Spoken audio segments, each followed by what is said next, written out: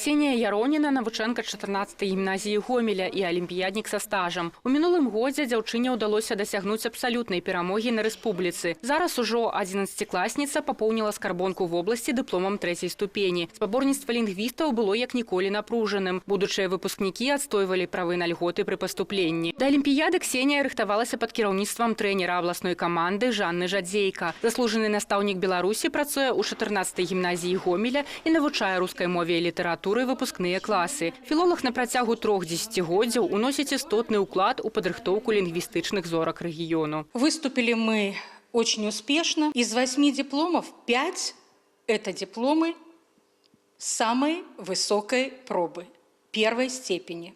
Более того, у нас абсолютные победители в параллели 9 классов и 10 классов.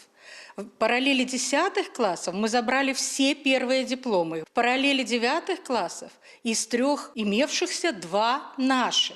Апрача дыпломаў каманда прывезла з Мінску пахвальны ліст. Перамога гамельчан – добры падарунак да Дня яднання народаў Беларусі і Расіі. Дарэчы, Жанна Фёдораўна кожны год узначальвае брыгаду школьнікаў в обласці на алімпіядзе саюзнай дзяржавы. Вынікі заўсёды паспяховыя. Рэспубліканская алімпіяда па вучэбных прадметах – адна з ключавых падзей у адукацыйным жыцці Беларусі. Па выніках заключнага этапа сфарміруюць каманды для ўдзелу ў міжнародных прадметных алімпіядах.